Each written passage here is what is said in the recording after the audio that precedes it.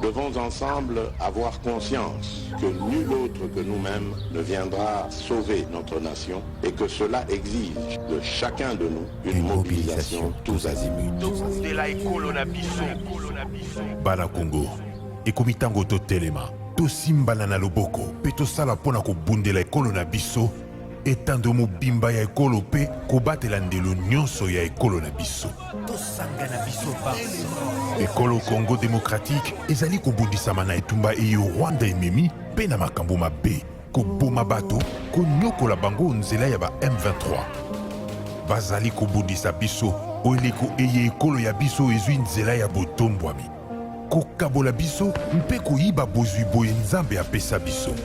Makila mosopani mingi, bomoibwa bato bobebi, zamba nde ezali kosunga molongo mobimba. Bomoibwa bato bokomi mpasi. Tozali na ndingisa banso ya kobatela ekolo mpe lisanga mpona likambo ya ekolo. Tosanga na biso banso. Totia pembeni makambo na biso to pe politiki. Tosangana tobundisa banguna baye balingi kimia te nde likambo ya biso banso tozala lisanga. Tosala ngele. Totika komona baninga mpamba mpe mbeba nyonso. Tolakisa motema mwa kosalisana na bandeko babiso baye bakutani na makama mabitumba. Tosanga na biso banso. Topesa maboko mpe tozala osima ya bilombe babiso ba FRDC mpe na misala minene mia ekolo po ya kozongisa kimia mpe bokengi. Lisanga tobundela ekolo na biso mpe tolonga etumba eye. Batela ekolo, bendele ekoya te.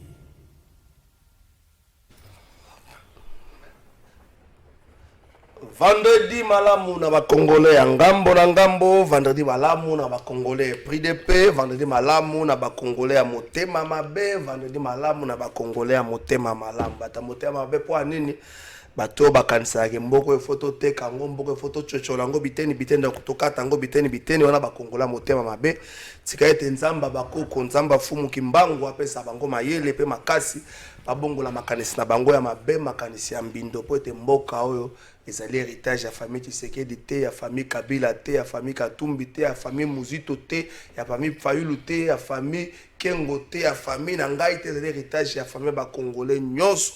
Moto nyonso azali ko se retrouver na kati ya espace oyo lisolo na ye ezali na kati ya mabele oyo mboko ezali héritage na bango ba oyo bazali ba Congolais ba oyo bazwa mboko comme seconde patrie mboka oyo ezali héritage na bango. Bon début de week-end na ba Congolais lolenge ba Congolais ngambo na ngambo bande ko balanda kabiso en direct na Goma to pesi bino merci, en direct na Lubumbashi, en direct na Kolwezi, en direct plutôt na Bandundu na Congo central bino nyonso to pesi bino. Merci Jean-Pierre Bemba, aussitôt entré, aussitôt. Jean-Pierre Bemba tire à boulet rouge, l'entourage et à chef de l'État Ndeko, s'il vous plaît. Jean-Pierre Bemba tire à boulet rouge, l'entourage et à chef de l'État a décrié une expérience Nabango, à Lobiango et pas à confrère Nabiso, il y a Jeune Afrique. Entourage à chef de l'État, ba Congolais belé na Kinshasa l'intérêt à pays, bazalaki ko tirer bango ko le batata mo konzito lingi yo mais bato ba dinga na yo. Bato bazaka plaque à présidence na 14h za na kapela plaque à présidence za na rond-point Luputa na Bandalungwa wana bato wana to lingi bango penza mingi te po bazako sombiki nya makanisi na yo te Nzambe Jean-Pierre Bemba pa tirer bango to zela nini atako ba nomination moko sa na ba structure à présidence lobby to lingi ko beta penza liso na ngo moko to structure lokola structure de changement de mentalité à part ba pano bataka na Kinshasa bache corruption ba barre na rouge eloko ni basala mboko na mona structure wana ko sensibiliser bato structure wana lita changement de mentalité to mona ngote to ipe ko beta liso na ngote na ngambo na Adolphe Muzito le Bazaki na plateau ya France 24 a tiré sur le bloc à Lubumbashi. Adolphe Muzito pona ye albi bloc à Lubumbashi ezali force nango ezali plus tirer na ba contestation. Donc d'accord tirer légitimité na ba contestation plutôt que qu'on a un programme moko alternative avec problème ezalité ya unité opposition nzokande problème ezali ko gagner ba élection pour la kosala na yango nini. Adolphe Muzito abakisi na présidentielle ya 2023 andimité que élection ko sala maza ko l'autre déjà dialogue pour être Seigneur qu'on a un problème à présenter loi sur la répartition des sièges sans les 4 territoires Totangi, Niragongo, Masisi, Rutshuru, Pekwamoto, Nengeni, Seni, à présenter loi de répartition des sièges. Contrairement à 2018, loi répartition des 16 pour la Yumbi et puis pour une partie il y a Est et ça les marque déjà malgré que bango basaka élection te contrairement à tout batuwana basarolé te ndenge nini ko même loi répartition des sièges ça ba territoire wana atof musuta basé te ça pas sur ko élection na délai constitutionnel ata élection moko chaotique Nangambo sport botika na boka na ba fleur na ministre François Claude Kabulo mwana Kabulo oyo azako bunda pour être conscient que sport na biso elengi bande ko balingaka foot ministre azali ko rassurer bino que c'est vrai cette année il est difficile à cause que ça championnat bato basaki makelele c'est le calendrier FIFA championnat c'est la le 30 mai donc ceux qui sont sango lelo tous les 5 mai to bandi yango ata lelo eza passe au 30 mai to surtout que mboka na biso ko se mouvoir eza moi problème. Mais pour l'édition 2023-2024, ça a rassuré Bateau Pefkin, na des rings, na avec club, na renaissance, ba kobete Pefkin. C'est-à-dire chaque province a kobete un championnat local, na ene to banda kobete mona kala, et puis to na lina foot, et puis to na bon, comme première division et puis la deuxième division, championnat na biso za makasi foot na biso et za la pelengi na sport kaka. Moi mbilinga na fédération ya judo, conséquence nango risqué. Judo na République démocratique du Congo, Fédération internationale à suspendre yango. Coordination ezali ko kamba pas maître Nicole Yanza. Yango nde ba pesi makasi. Ba judoka ba pesi yango makasi ba judoka ba tie bango wana bo kamba biso ndenge basali mikolo au comité de normalisation na CAF na FECOFA bango basali bon coordination moko pona ko kamba na organisation élection. Mais ba dongolo miso baza ko bundisa bango ezalaka lelo boke na justice loyi bosali boye Congo Brazza bo exemple à Congo Brazza judo na Congo Brazza ezali suspendé jusqu'à nouvel ordre.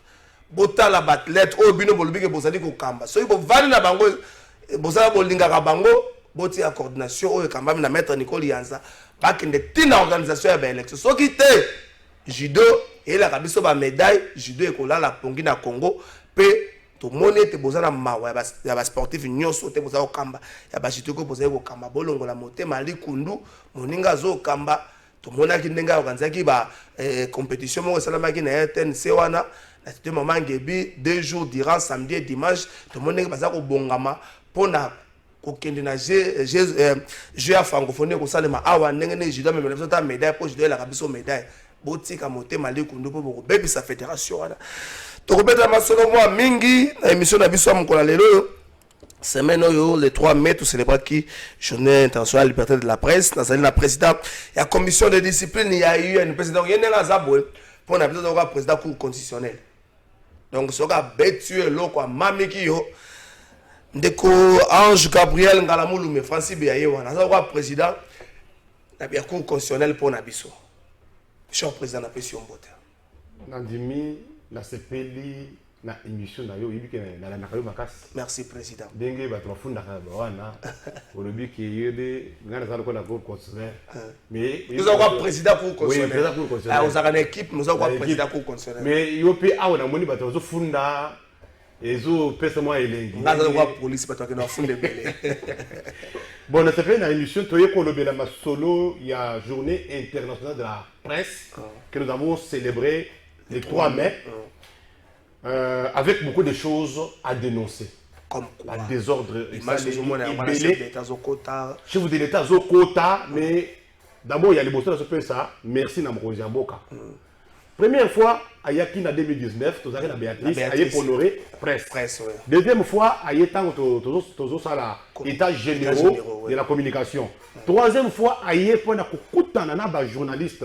Mais dans la salle, les Bazalek Mingi, Baninga, il y a Patrick Mouyaya, ministre de la communication. Baninga, le club n'a rien à voir avec le ministre. Je parle de. Politique, la politique est belle. C'est une célébration, les politiques peuvent venir honorer la presse. La presse, c'est le 4e pouvoir.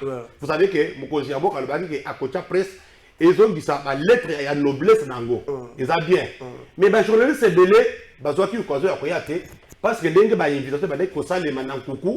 tout le monde va dire Patrick Mouyaya. Moi, j'étais invité. Il y a un problème. De Patrick Mouyaya, ministre de la communication et médias, Azali ko pesa Mokozi Mboka information vraie information sur le fonctionnement, il y a UNPC. Comment ça? Parce que Moutou, oh, il y a Azwaki Maloba. Gabi Kuba. Tant que tu as dit Koloba, Awa, Aza, na bureau, il y a FPI, Azali Kosala, local assistant, il y a DG, il y a FPI. On dit en français que c'est une fonction incompatible avec celle du président de l'UNPC. Ok, donc président Abisso a comme assistant à DG FPI. Aza, c'est déjà FPI. Maintenant, Modeste, je m'excuse, Modeste, vice-président. Oui, Chabani. Modeste Chabani, oui. Chabani, lui, Botola y carte, pas la commission à carte. Ok, donc il est suspendu. Il est suspendu. Ouais. Statutairement, Moto et Sengele qui Azalawa Neza, Maman Sylvie Bongo. Oh, d'accord, président en Congo. Oui, Yende Aza trésorière générale, ouais. Mais statutairement, il y a eu NPC, il y a frappé. Aza na incompatibilité, et Sengele qui Azalawana, Azwa Maloba Liboso à Mokozi Mboka, Félix Tshisekedi du Pona Koloba. Mais Babi Selebiso, Deko Gabi Kuba, Oyo, Aza déjà na Musala Mususu, Azo le Liboso à Mokozi Mboka, Oyo, Ezali Kosakana Koma Mokozi Mboka. Comment il y a une na évité dans la précédente invitation, mais dans le cabinet, il y a ministre de la communication et médias. Est-ce qu'il y a un format qui t'a à quel rôle a assisté à DGFP? Est-ce qu'il y a un format qui attend la corporation? Est-ce qu'il y a une personne de manière officielle à Yebi que M. Gabi Kuba comme. D'une manière officielle, Nengue Zaboye, que M. Gabi Kuba, depuis un temps, a eu congé. Parce qu'on dit depuis la période passée, depuis Modeste Chabani a signé le col là, président Aïe. Vous comprenez? Or, le président Aïe, ce n'est pas Chabani, c'est Gabi Kuba. Pourquoi il a signé? Parce que Gabi Kuba n'est plus actif. Il est engagé dans un autre service de l'État. Donc, celui de G. Kaka Betty, lui à ses côtés, à son bon, maintenant, l'UNPC, c'est lui qui devra représenter valablement l'UNPC. C'était Maman Sylvie Bongo. Il y a mis balé, tout le monde qui va journaliste suspendu, Bakota qui n'a pas dit. GSB, vous savez que la secrétaire général, ancien secrétaire général. Nous, au niveau de la commission de discipline, ce n'est pas ça, c'est le seul d'aujourd'hui. Vous savez que Azalaki n'a Itumbu. C'est là qui va bureau. C'est là qui va bureau, la justice. Il y a beaucoup à Ebi Bakabo, ça là qui poison dans le bureau. Mais il y a une décision qui pèse sur lui. Il y a une décision qui, donc, de la commission de la carte qui dirige M. Jean-Marie Bassa. Cette commission-là avait déjà ravi la carte à Chabani et à GSB et d'autres journalistes. Et Bangonde, Tomonaki na salle, Bafandi, au moins mon consambo que c'est quand même respect. Au cours sakana mon consambo quand tu Afandi, personne non attitré, bazo de parce que bazali na appui, il y a le ministre de la communication. Biso to sala qui déjà déclaration commune. Biso banani. Toutes les commissions, la commission de la formation professionnelle, ils ont dit qu'au Kambama, Nandeko Jarik, Mandé, la commission, il y a carte, ils ont dit qu'au Kambama, Nandeko Jarik, Bassa, la commission de discipline, au Ngaï, ils ont dit qu'au Kamba, Nazana Mokote, Nazana de Comerveille, Baelenge, le rapporteur, Nazana Mama Pauline Boukassa, le rapporteur adjointe, mais notre commune qui avant, ministre, pour que Makambo, où ils ont sala, et c'est venu au bande pour appuyer Bisso. Boni, aux alliés au cours de Sandé, que je suis dans la réunion, il y a un comité de suivi, il y a recommandation, il y a Manini, Azokende. Ministre Salaki Mukanda, a lobby que j'ai pris acte désormais, à Nazakaka. Même les 3 mai, je suis bien à Zalakiwana. Que faire pour la Rolongwa na moi désordre ou na moi bilinga tout ça est-ce qu'il faut congrès anticiper? Il faut un congrès, mais congrès on est un congrès il y a gouvernement gouvernement a des partenaires il y a UNPC UNPC a des partenaires il y a congrès bongo gouvernement selon l'état général bongo ekobima effectivement mais bongo ekobima gouvernement ko peut ça dit surtout vous allez conseiller dans gouvernement tout ça pour les congrès maintenant congrès on il faut seulement c'est l'UNPC qui organise vous avez compris en collaboration avec les cabinets du ministre de la communication et médias. Ce n'est pas les ministres de la communication et médias et son cabinet qui organisent les congrès pour l'UNPC. Non. Ils ont le temps de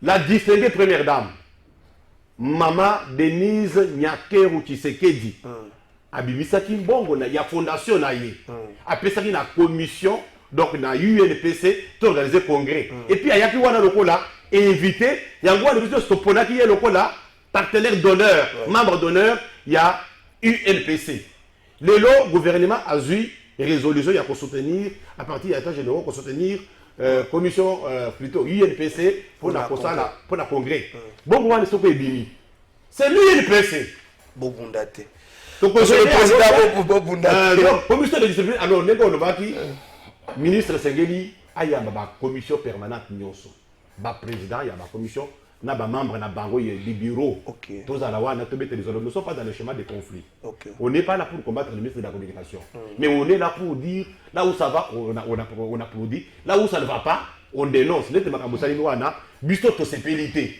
parce que Sengeli ki ba nyonso tous à la wana parce que Bastati na biso et il dit déjà qui est congressiste, qui ne le sera pas. Mais ceux qui le doivent dans le congrès, mais vous voyez ici, ça reconnu par les. Oui, vous suspendu. Et cause à la madame Mouté, ou les gens qui ont compris ça, moto na mboka. Donc, les compatriotes qui m'ont dit que, on s'en a moussala na yo bien, ça l'a engagé dans l'engagement gobani, pour contre la makamboya RPCT respecte la légalité, il ne faut pas qu'on dise que mboka.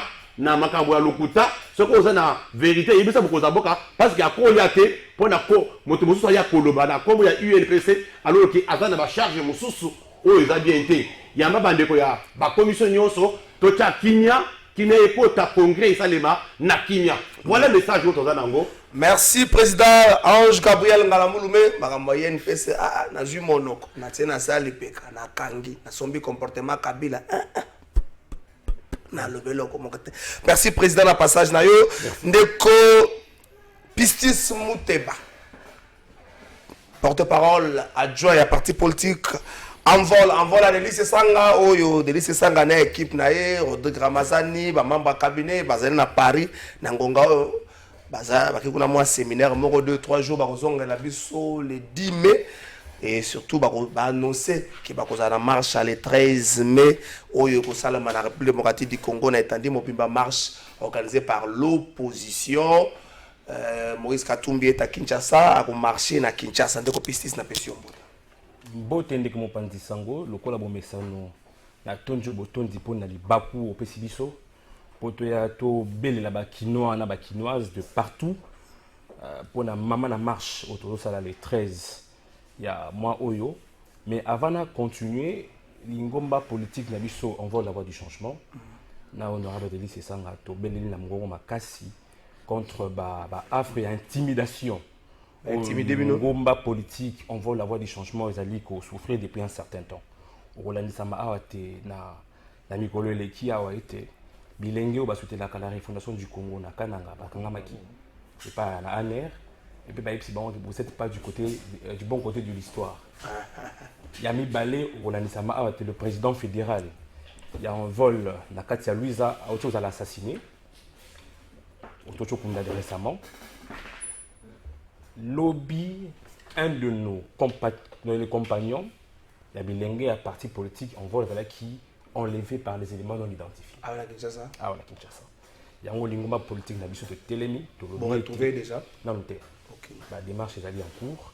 Tout télémi to lobby était tout allé ko dénoncer na mongo makasi ba affre et intimidation. Congo ezali mboka ya motote. Congo ezali mboka pe ya bato ya opposition, ya société civile pe na ya majorité. Ba congolais bazana ndingisa koloba o babanti ya ndenge te mboka ezo kambaba. So mboka yo kambaba mabe to koloba te mboka yo kambaba mabe. On va pas caresser au sens du poil. Donc comme ça mécanisme d'intimidation pour être bato balabara solo bato balabara ete mboka Afrika mama la lolenge e elongo bani po ete ba congolais ba se retrouver na mboka na bango toko kanga mona côté toko za la paix intimidité po ezali mboka ya bato moko te ezali mboka ya ba congolais banso nord sud centre est na ouest. Merci Pistis Muteba bozali komilengele pour la marche ya le 13 mai ko sala manetandi bobimba ya République démocratique du Congo marche oyo appelle ça qui lancé dans le Lubumbashi tango bande ko bakutana ki na ngambo Lubumbashi malgré que vous avez été touché dans votre amour propre bande ko passer na plateau basale bande ko ya décidé au bazako lengele marche, c'est après que les meetings na bango ça les mamokola dimanche na ngambo selemba ouais. Na ngambo selemba ba ko pesa adresse à Torva na bango na plateau Adolphe Muzito bloc wana plus de contestation pas un programme mais c'est un programme ya ndenge ni poza ko milengela. Merci. Koulani Samana déclaration commune où le candidat président de la République Dédi Sangana, leader majeur de l'opposition, le 14 avril 2023, on a côté les mélas, insécurité grandissante aux alliés, œuvre, il y a un mauvais choix d'action et de politique publique à pouvoir en place, pour la côté les mélas contre la vie chère aux caractérisée misère et la population, pour la côté les mélas processus électoral chaotique, tout bâclé, au gouvernement en place avec le mécanisme assigné au Baché pour n'être pas la fraude électorale, to singa ba Congomani, baya ebele, bana ya Chang, bana ya Muamba, bana ya Funa, pe kuna lupunga escala swami, to tellement loko la moto moko, les 13 jours na sima ba leader majeur et opposition, pour être tout le bas stop, na ndenge gouvernement en place, régime en place, ils allaient ko kumbela makambo. L'État congolais est en danger parce que Rolandi Sama na bamboule le cas qui tombe à l'issue de la balkanisation le rôle a un projet à venir mais la minute au qui la balkanisation est une œuvre tacite pour le moment. Plus de 300 jours un des territoires congolais est occupé par force régalienne.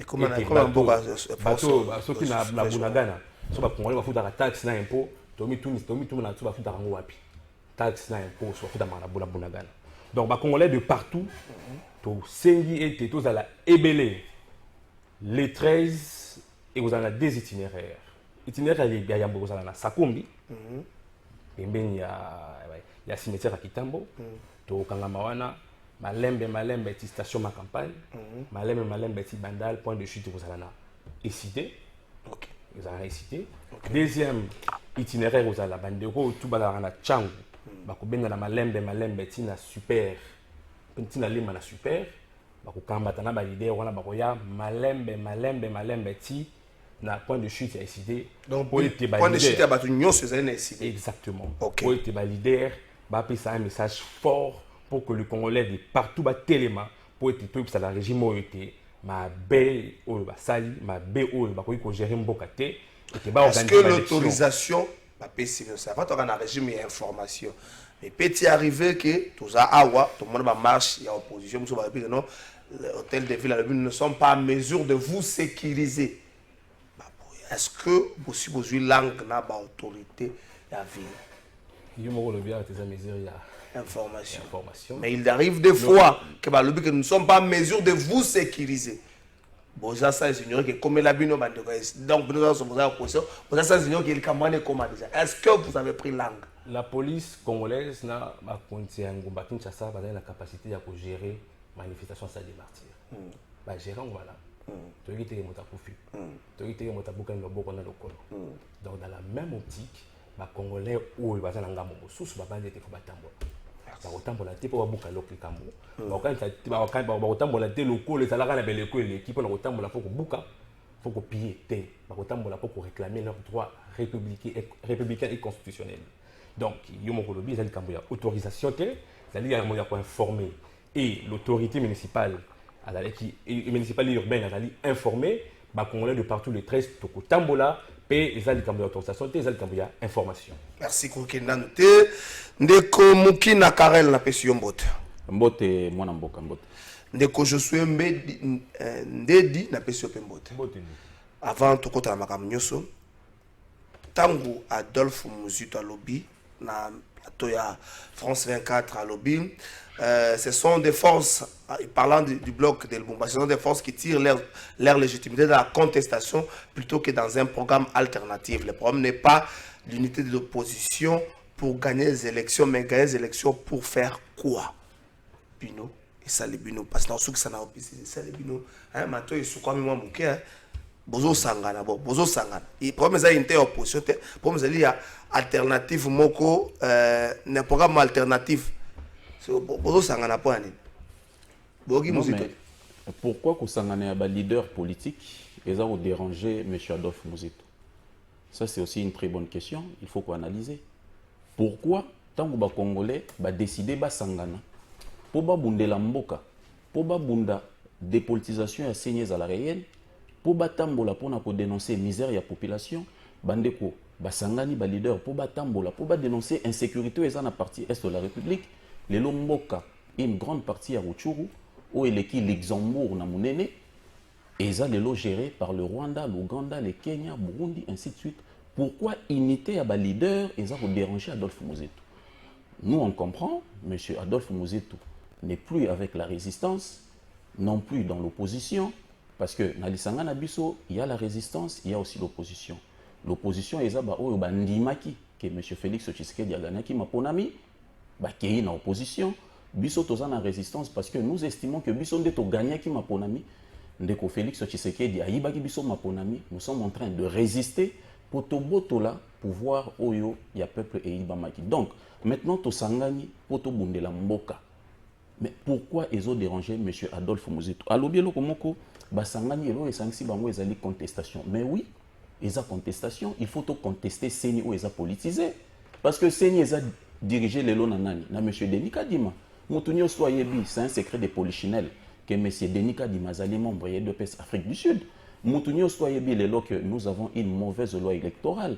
Ndekona nganayo tolingi to beta match. Mais arbitre aza déjà mutu ya Mazembe, to mutu ya Vita, to mutu Lupopo. Mais match wana ozala, match ya malamu te. Veut dire que tokoki kokena maponamité oyo senyeza diriger na membre ya UDPS, tokoki kokena maponamité oyo loi électorale eza kopekisa na ba témoin ya ba parti politique ba récupérer ba PV après ba élection. Ça pose un problème parce que ceux qui les lots au peuple congolais a voté peut-être à Dos Ndombasi. Alobi asali musala kitoko na funa ba reconduire.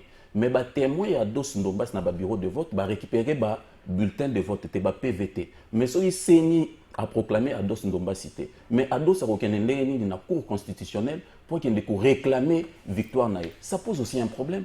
Voilà pourquoi Tolobi, problème wana na loi électorale faut boncer yango, mais également cour constitutionnelle de wonanga. Cour constitutionnelle ezali instance oyo et confirme kama ponami.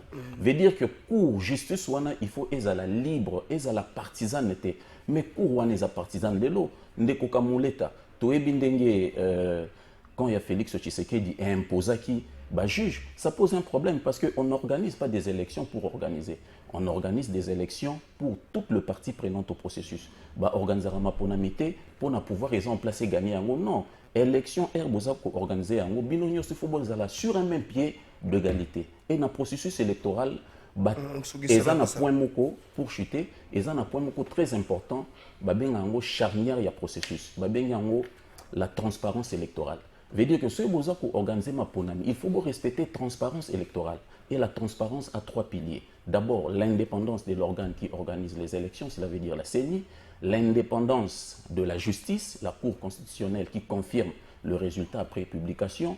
Troisième pilier, c'est une très bonne loi électorale. Veut dire que tous autant la paix, pour tout le que ba pilier wana il faut total en malam pour tout kende na maponami malam. Ce qui muzito azalelo na union sacrée kuluto nangai aza papa nangai eza problème te, il a fait son choix, on le respecte, mais atika unité il y a un leader politique qui calme pour tout le monde de la Congo. Merci Ndeko Josué. Un mot pour eux qui m'ont cambié à nouvelle là, l'initiateur à nouvelle là. Il faut rien s'attendre à bloc à Lubumbashi parce que la contestation des vitamines à bino. Bon, voilà. Au moni Ndeko Adolphe Muzetu a respecté à la lettre une mission au chef Naé à Tiazoti Naé. Tout ça, sans ignorer que M. Muzetu a eu comme mission et pas fait ce qu'il y a pour déstabiliser l'opposition. Vous en avez preuve, mais je vous dis, c'est ça même la mission bâtie de l'opposition. Il a reçu de l'argent pour ça. Il a reçu de l'argent pour ça. Non, il ne faut pas dire qu'il a reçu de l'argent parce que vous aurez du mal à confirmer cela. Vous aurez du mal à confirmer cela. Il ne faut pas confirmer Makambo. En fait, pour Makambo, il y a des difficultés à prouver. À tribunal. Déco trésor. Oui, mais. Nazo fait ça. Nazo fait sa point de vue. Wa Monique na Kosi. Et puis, là, soit se plaindre.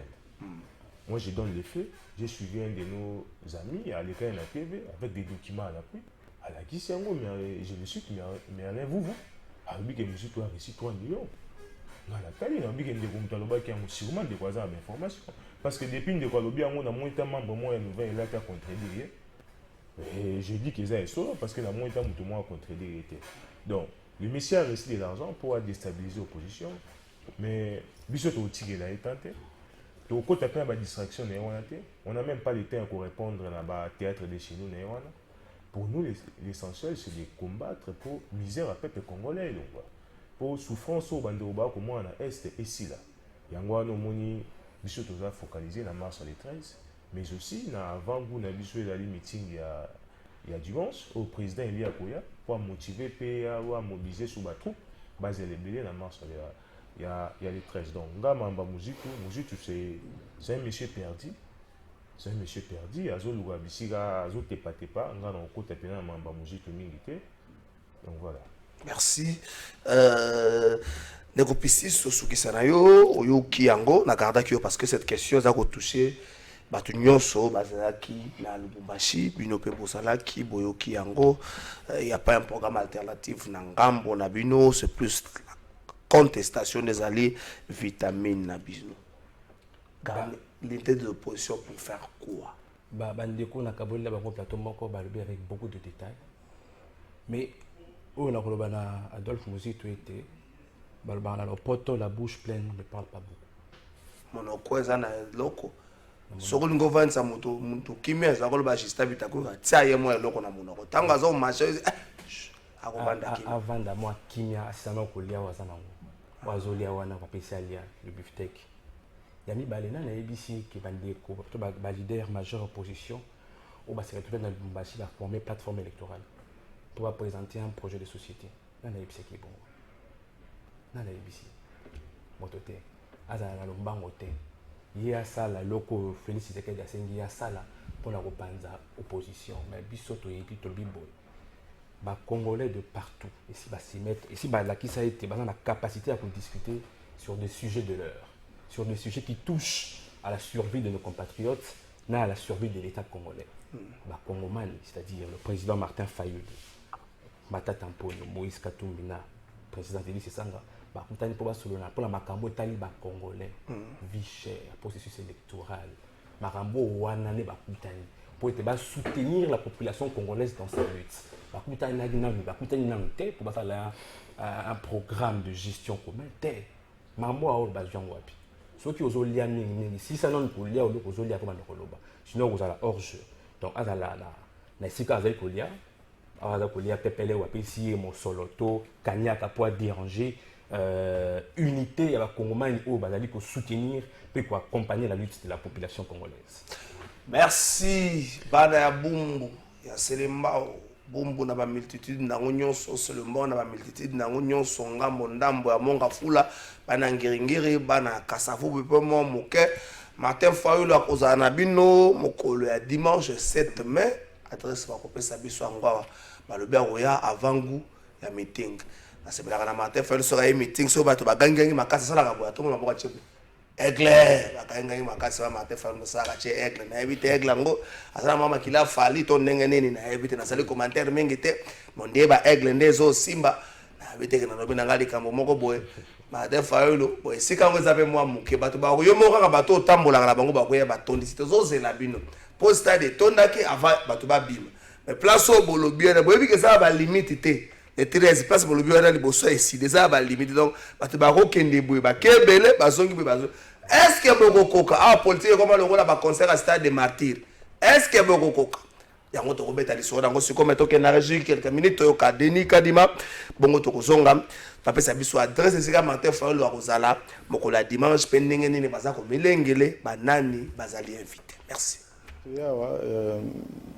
monsieur des membres ya CENI to kopesa président et Assemblée nationale rapport na biso rapport annuel donc yambula oyo ebani na avril 2022 et sili na mars 2023 rapport wana ezopesa ba détails nyonso msala to sali pendant les 12 mois donc ezala makamwa mingi na kati et lakisa que msala yo sa malamu et que Namikolo et Zoya Marmioso totiaki na calendrier électoral na biso et que salama pour te na sukambula to sala ba élection na mboko to yawa biso des membres ya CENI to kopesa président et assemblée nationale rapport na biso rapport annuel donc yambula oyo ebandi na avril 2022 et sili na mars 2023 rapport wana ezopesa ba détails nyonso ya mosala tosali pendant les 12 mois donc eza na makambo mingi na kati eyolakisa ke mosala osala malamu et que na mikolo ezoya makambo nyonso totiaki na calendrier électoral na biso ekosalama po te na suka mbula tosala ba élection na mboko. Merci Lens Omelonga esika ozali topesi yo makasi balobi oza komona na te depuis mokolo ya lobi depuis mokolo ya lobi aza komona na te abimaki mais azongi ndako te bandeko ne baza na plateau awa batomboli mongongo mpona koloba baza na posa ya Lens Omelonga azongela bango aza na bango na nzala na bozwi na bango nyonso bavanda soki bakobeta dame soki bakoseka basekama au moins baza na ndeko na bango bandeko esika Lens azwami soki lisumu ezali botinde na parquet bayebaka aza na parquet soki lisumu eza te bobimisa na boyi nanga kokota makambo komi na kalamu na boyi na ngai ndenge bozobundela kuna ndenge bozoswanela kuna ndenge bokangami kuna na boyi na ngai komini wana ndenge nazomona yango ekoma lokola siège na peut-être loba Lucifer tona loba diabolo na yebi na ngai na boyi na ngai kokota makambo na bino ndeko Karel adresse nanu ya meeting ekozala wapi Selemba za munene Selemba za tina cité verte. Oui, exact. Adresse ya meeting ezali vraiment simple. Eza na quartier camping. Na camping. Non loin na Upen. Ah, donc non loin na Upen. Bana nyonso ya Selembao. Soki déjà bayoki quartier camping, ba bien weza connu. Heure ezali 13h juste. To bana 13h juste. Donc voilà. Esika wana nde mokonza mboka, le président élu Martin Fayulu Akoya. Na ba poids lourd na emisusu honorable Ados Ndombasi beaucoup comme ça mari poids lourd ndengeni kaka pona ba vidéo wana mboso beaucoup ça malu poids lourd bon na bandeli donc quartier camping na 13h na commune ya Selembao mokonza mboka Martin Fayulu Akoya kosola na ba congolais akoya yemo côté akoya pena ba poids lourd na ye neti honorable Ados Ndombasi ya Kozala le secrétaire général de Voskito Kwakozala, honorable Kasekwa, Wazosala Musala Jean-Baptiste, Wazosala Musala Makasi, Musala Kitoko, na Assemblée nationale, Azobunde là-bas na Est, Boutoumoi, Yepa Ozala, bref, Batunyo Soya décidé Barozala, mais ba surprise, Moussous Peko Ozala, moi ba invité, Torokobo ya ba Congolais. Je crois que ba comme sous si opposition, le quoi la Bozali na l'écanition, ba comme sous peu opposition Barozala.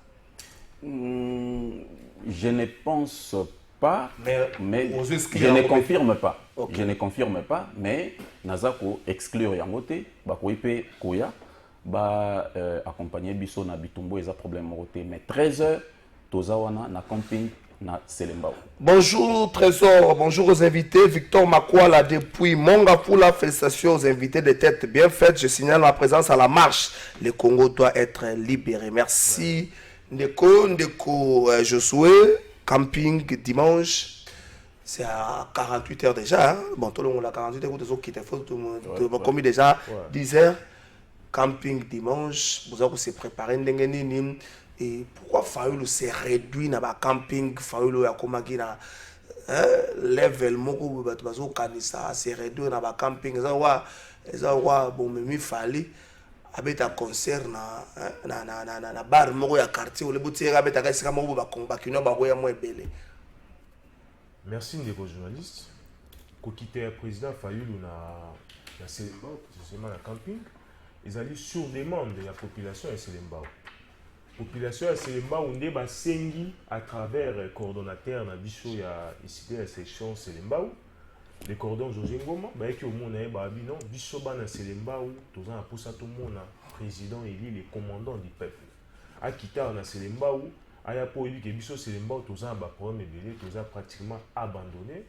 Mais Rojo et pas vie sociale, n'en parlons même pas. Il va Koulouna, tous en poussa président élu, à Yapo réconforter Bisso. Yangwana sectionnaire na biso à l'endroit il c'était José Ngoma a memaki donc souci c'est qu'il y a pas na Selemba. Ben oui, ezaki bosenga ya bana Selemba ou ba mona le président élu et puis na même optique wana a memaki maloba n'est pas le président élu et puis le président élu a sepelaki na yango. Il a jugé bon était ayawana pour à communier na bana Selemba. Donc ce n'est nullement le président Fayoulou s'est réduit. Le président Fayoulou à se soumettre à desiderata to na koloba la demande du peuple. Peuple ndé mutasengi président Elie Kitewana et président Elie aza obi kaza esclave peuple. Oh non ce peuple a lobaka yango ya sa elaka. Donc ayiwana pour nous répondre na batante ya peuple na ko senga pe le roi tozawa na ebisa population no so ya funa ba se mobiliser en masse. Bayawana bayoka les commandants du peuple pour nous bango toujours les commandants du peuple azaka muto apporter un message espoir. Bandeko bazan pouvoir balakisi ba limite na bango ba pesi peuple désespoir et le président il vient avec un message d'espoir. Ainsi que les jours là et vous allez au pesi mboa boye. Ndeko Karel mikolo ba meeting politique ndeko na suka aye ndeko na bino moko ya nini aye mon frère Kashogi pesa micro ba kotsa ye le quoi plateau ça ngo ya bino za problème te le problème micro les appelle message. Est-ce que Martin Fayoulou a encore un message au peuple yoki na est-ce que Martin Fayoulou a koya ko sa te baredit makambo toyoki déjà Martin Fayoulou a koya na nini ya sika oyo nanu toyoki te parce que si faut koya ko le baka que non o bazo gérer mabe o bazo sala boy toyoki yango déjà ndeko nanga oyebi ba français balobaka la répétition est la mère de la science. Veut dire que makambo nyonso ezosala na mboka eza na ba zone d'ombre et belé aux populations habitées. Par exemple, est-ce que oyebi que une grande partie ya Rutshuru lelo eza occupé population est bien. Non. Population non, population est bien moté. Comment ça oui, frère? population lelo bato ya union sacrée baza ko kosa na population que ba récupérer ba territoire ezaki occupé alors que c'est faux. Lelo toza na zone tampon veut dire que FARDC a koki ko accéder na ba localité misusu te na niveau ya Rutshuru. Eza force ougandaise nde azawana, eza force burundaise nde azawana, force kenyenne nde azawana, bref ba force extérieure. Vous comprenez? Donc il y a beaucoup de vérités où le président élu a oya ko yebisa na population, ko expliquer na population, mais également a koya ko sangisa makanisi na population pour ayeba comment ensemble ba ko résoudre ba problème ya bana Selembao. Na yoki lobby pourquoi président Martin Fayoulou a ko se réduire na niveau ya Selembao. Nga et c'est Singa Penza. Donc voilà, donc c'est Singa Penzate. Pourquoi? Parce que ndeko nanga oyebi commune ya Selembao et bimisa ba député ebelé et ça là batu o bazalare loroté les loba kenda na Assemblée nationale. Mais cette façon de réfléchir, il y a vraiment bana ya Selembao. Les loba députés wana nyonso bavanda esusu na Selembao te, misus bakoma na ma campagne, misus bakoma na baipel, veut dire que pour na bango bana Selembao bazaki marche pied pour bakoma. Ozo comprendre. Donc voilà pourquoi biso to négligera ba électeur te, to négligera congolais te, to dénigrera pe congolais te, veut dire que lelo Martin Fayoulou koko kita même na kitokimosi parce que il y a un président élu. Na ki président élu na ewana na 62%, bana Selembao pe ba votera massivement, bana kitokimosi ba votera e bana bumbu makala.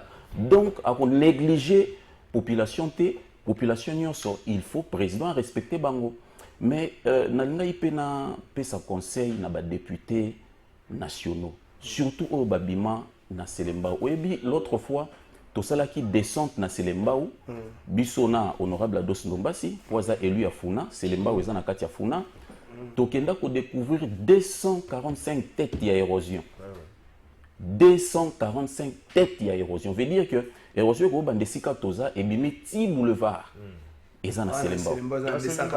245 têtes ya érosion. Mais dans la République démocratique du Congo, toza na plus de 700 têtes ya érosion. Mais lelo non lo belaka Selembao. Selembao eza na même pas 3 km de route bitumée. c'est les mbao courants à rater. C'est les mbao. C'était fait là. Nalobi C'était fait là. Ndewonanga, s'il vous plaît. Nalobi c'est les mbao. Bana c'est les mbao ba obenga. Soit na kosi ba ko contredire. Mais c'était fait là c'est les mbao. Ndewonanga, s'il vous plaît. Nalobi mais c'était fait là c'est les mbao. C'est les mbao. Bon, écoutez, Nachata 20 km. OK? 20 km de route, ils n'ont même pas bitimé. C'est les mbao. Papa, s'il vous plaît, c'est les mbao. Ils ont un quartier belé, ils ont un maï, ils ont un courant, quartier en fait, c'est les mbao, ils ont enclavé. Ndenge balobaka na lopoto, mais c'est les mbao et bimisa ba député. Voilà pourquoi mon honorable Ados Ndombasi a élu à Funa. Mais si les lots avant d'aka na commune na ye, commune bande ko vanda avant à la députée. Non mais azo sala écoutez azo sala honorable Ados Ndombasi yona bazo moyen na photo. Écoutez azo sala musala azo même ba problème on a na niveau Assemblée nationale, mais il y a aussi un problème mon frère. Est-ce que pour chuter au lobby il faut sinon que honorable Ados Ndombasi a même un problème est belé na niveau Assemblée nationale, mais birombo sonde bloquaka ba question orale avec débat wana ndekonanga bato belé balobaka bato décidé bazo sala nini tozaka 4 députés à décider na Assemblée nationale veut dire que tozo faire face na plus de 300 députés à union sacrée. Ce qui les lots lobby to qui ndata na poids institutionnel on ne pèse pas. Ce qui les lots lobby to qui attend la force à maboko on ne pèse pas. Merci. Problème na biso ezali birombo so ezo bloquer ba question orale avec débat. Merci Ndeko Karel. Bonjour, monsieur Trésor. Que l'invité en salopette arrête de dire de mensonges. Wow, c'est trop chargé. Il n'y a pas de zone tampon au nord qui, vous, la force régionale est composée des FRDC. Hein? Jean-Claude depuis Goma. Jean-Claude depuis Goma. Merci Ndeko Jean-Claude depuis Goma.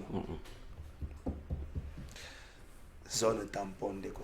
Bois-moi à Missou. Je ne fais pas qu'à répondre à Bois-moi Miss, zone tampon Isali. Zone tampon, c'est pas le fait d'être à Goma qui vous donne toute la latitude d'information. Zone tampon Isali. Coordonnateur provincial de la Ligue des jeunes, Eside Funa, Kashogi, Kalamba, il n'a pas su Mbote, malgré large retard au Sanango, il n'a pas su Mbote. Mbote mingi, mon amboka,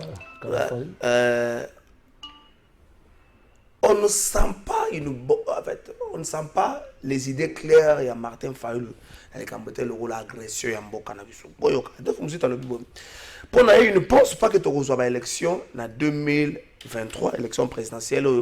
Pour être, c'est une difficulté à présenter proposition de loi, pour représenter la loi sur la répartition des sièges.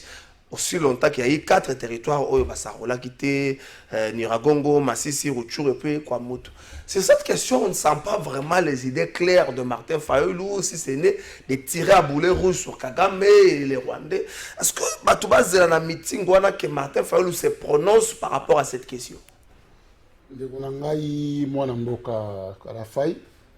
faut que Bissau et Lokomoko, wana ezali point de vue naie.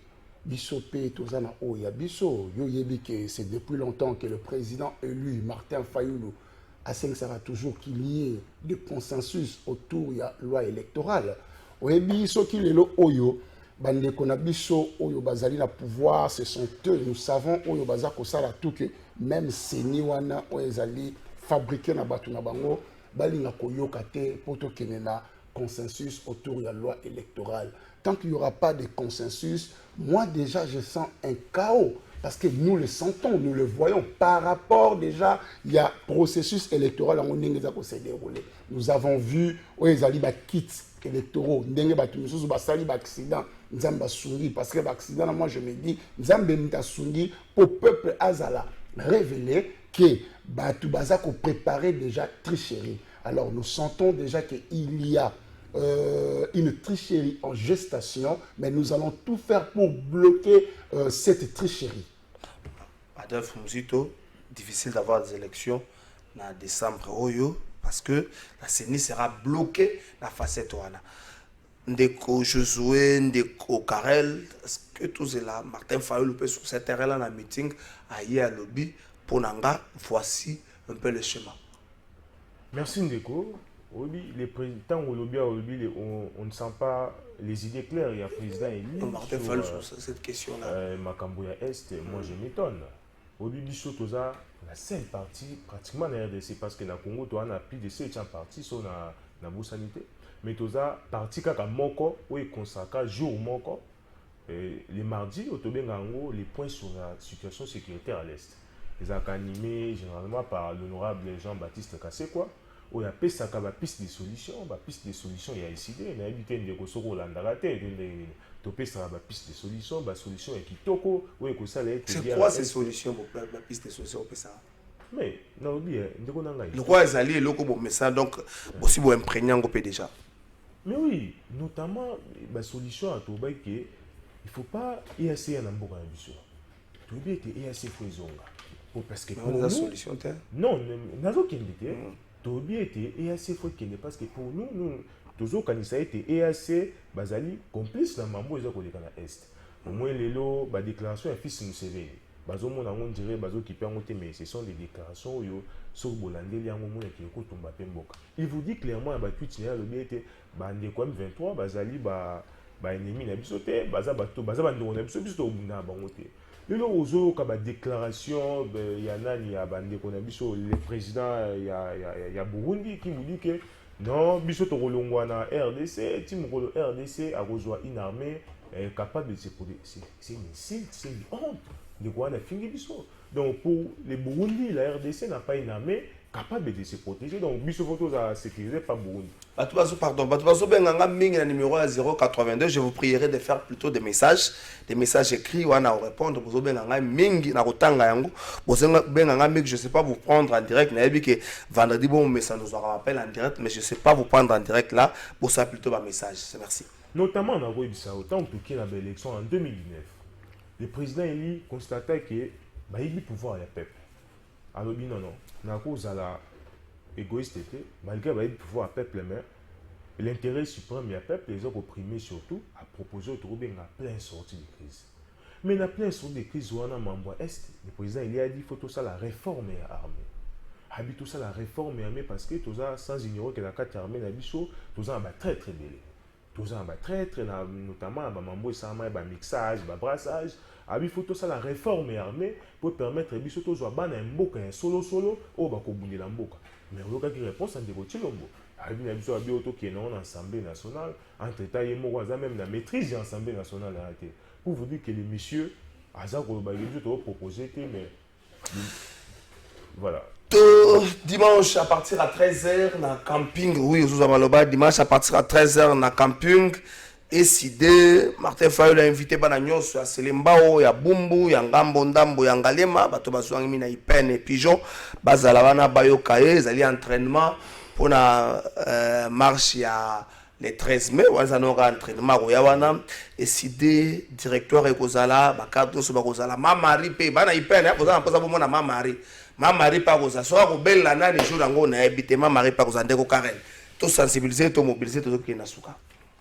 Non, mais nous avons passé un message sans que nous revenir na ba motuna na yo. Ndeko muzitu alobi Martin Fayulu azana. Non, regardez na tuni question. Ah, yondo tuni. OK. Mon cher ami, monsieur Martin Fayulu, c'est un monsieur responsable, c'est un patriote. Ce qui otangi na ba tweet na ye, ce qui na ba conférence na ye oyoka makanisi ya Martin Fayulu. Pour la makambo ezoleka na partie est de la République. Écoutez, on ne peut plus inventer la roue. Hein. Lelo oyo branche oyo ekoki ko travailler à fond pour rétablir sécurité na partie est, c'est l'armée congolaise. Et ça branche nous sousté. Ba FARDC na armée plutôt na effectif ya FARDC ça combien? Toza na 153 000 hommes na FARDC. L'armée rwandaise est à 33 000 hommes. Veut dire que si on multiplie en fois 2 et ça, 66 000 hommes, Bazara n'a pas à FARDC. Mais le problème, c'est que les FARDC sont pris en charge. Papa, mutu oyo longo atiki banane na kankokolo. Akiyi ko bunda, peut-être ozonga te, mais bozo futaye 185 000 francs. Wana na pesi salaire et un capitaine de la police. Babenga ke lelo commissaire principal. Mais généralement, ba congolais babenga capitaine. Azora 185 000 francs. Na kan kokolo wana kende kota la condition bana na ye bazotanga kende kota la condition oyo ba soldat bazo vivre mais mutu wana kozala na moral nini na front salaire na ezoya lelo moi oyo kokoya moi ne kokoya te prime ya militaire na front eza $20 américains veut dire que lelo eza 42 000 francs ba kozwango le $20 ça va 45 46 même ata 50 000 francs ezo pesé te moi oyo kokozwango moi wana kozwango te ba soldat na front baliaka eloko malonga te mosusu ifo bamamo bazouta bilanga nde baya kopesa bango ration ndeko nanga mais basoda wana malgré bakroka jambe ezali au niveau ya bainstitution bazobunda etumba quand même bazorepousser monguna mais soki basoda wana bopesi bango ata $1,700 bobongisi baprime na bango prise en charge ya bafamille na bango awa botongi balogement sociaux ya malonga moral na bango ekomi au zénith ndeko nanga bakobunda etumba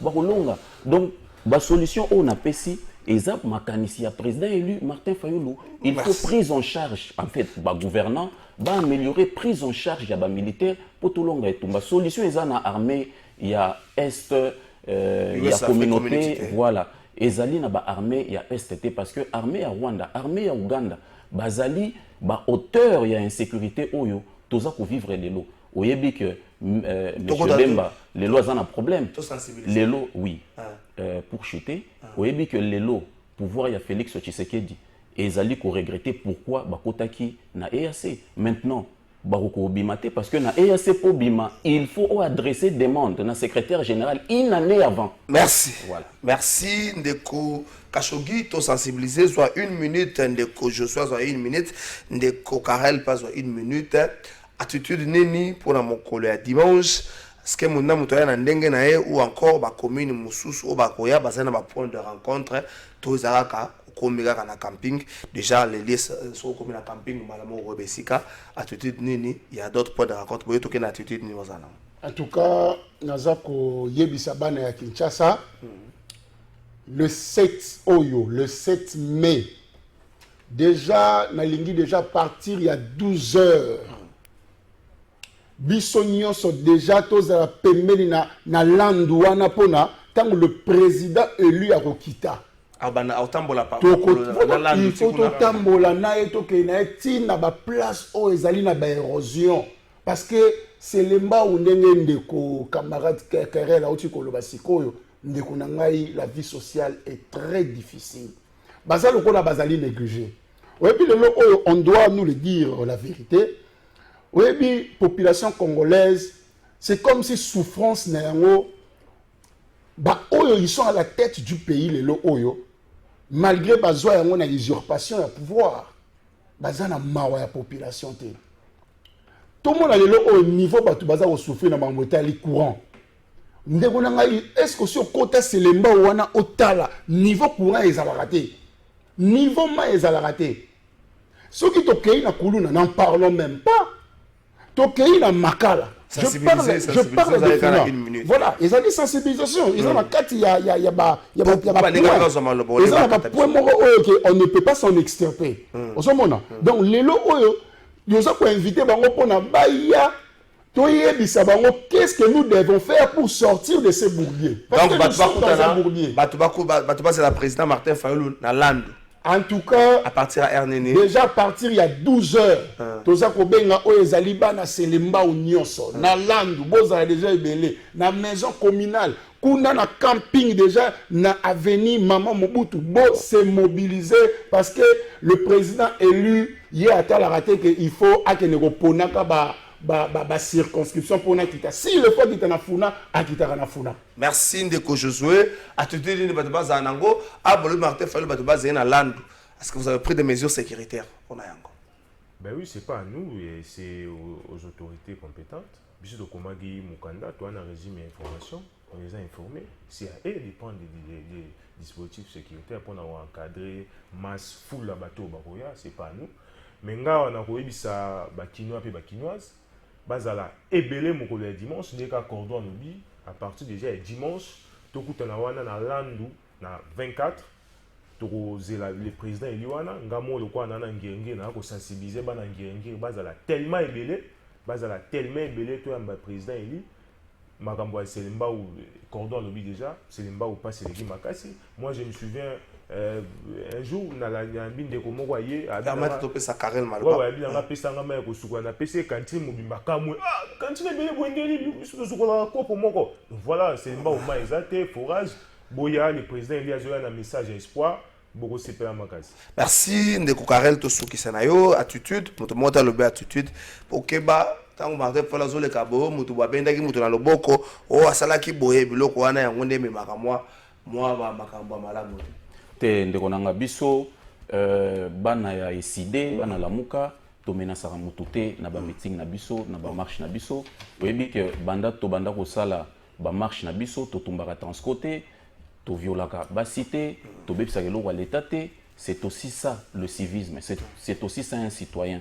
Ceux qui sont d'accord na moninga te tika moninga vaquer na occupation na veut dire un citoyen, c'est quelqu'un qui connaît ses droits et ses devoirs. Merci. Donc en tout cas ba journaliste bakoy koya to bengi population baya en masse. To solo la likambo ya insécurité, peut to pesa ba piste de solution, to expliquer ba congolais pourquoi ti lelo oyo ba mona pio dia na mibite pour les bétonter de Kotiseke dialoba qui policier nyo so somba ndaku na ye na mutuka na ye na salaire na ye pourquoi ti lelo ba policier bazo somba mituka na banda kuna bango te donc misère il y a peuple congolais toko solo la yango pe na camping mais également toko dénoncer processus électoral chaotique où ezali organisé na seni ya monsieur Kadima na pouvoir il y a monsieur Félix Tshisekedi. Voilà les 3 points essentiels. Merci mon frère Karel, merci Kashogi, merci Josué. Martin Fayulu, c'est dimanche. Na c'est le Mao, précisément na Kaping. Bah, à partir à 12h, Bozele na Landouana. À Soka Komyo na Kotambola Makoloti na Lia Meeting. Merci na Bandeko Bazaki na na plateau. Francis Béa, merci na yo. Jules Sebongeli, merci. Clovis Odinga, merci. Bonjour Trésor. Malheureusement, président il y a UNPC. Malheureusement, président de discipline il y a UNPC accueilli. A outil ko prouver na plateau na yo que UNPC za ya kokufa pe eza na tina te pour na ba journaliste et koma kaka cop na bango il fallait otuna ye motuna depuis que ministre ya média aza na autorité sur INPC o ezali syndicat eza junior lelo merci. Bonjour Trésor. Bonjour mon frère, pardon, problème ya commune ya Kalamu eza nini? Journaliste yebisa biso na boyi na nga kota makamba commune ya Kalamu commune wana nazo mona ngo ndenge zo kendela na lingi na nga ngote. Bonjour ndeko Trésor, kozwa espace na plateau za la kandenge nini ezanga ushindi depuis limité. Merci ndeko Ados Nomba se réagir en ce moment ici et monsieur commune na suka. Merci na bino nyonso to pesa merci na bato nyonso ba soutenir na biso, merci na bato nyonso motema mabe ceux qui applaudissent pour que aussi là bato babete la biso maboko lokola bangungi. Na on maboko ngungi so bazobeta ozoe bate bazobeta ata na duye yeyo wa kisasa to vraiment bangungi na biso. Merci na bino nyonso émission alléluia s'il vous plaît les chercheurs de buzz bato ba scandale épargnez-nous week-end on a ba scandale to vanda week-end à kimia bato ba okene église ba kene église yozo kanisa osa vidéo na ya mabe yozo kanisa ofinga bato yozo kanisa osa buzoba na week-end bo épargner biso poto mesene na makambo wana mingi bato bakomi koyeba te week-end ndenge bato bapemaka ndenge bato basedetandaka bato bakomi kokanisa mingi week-end eza synonyme buzoba na kobenga bato bakende kosedetendre lobi na Hans Luzolo na showbiz moi personnellement na kozala Hans Luzolo makasi topesi yo to soutenir biso na biso ba Congolais monsieur Alessi.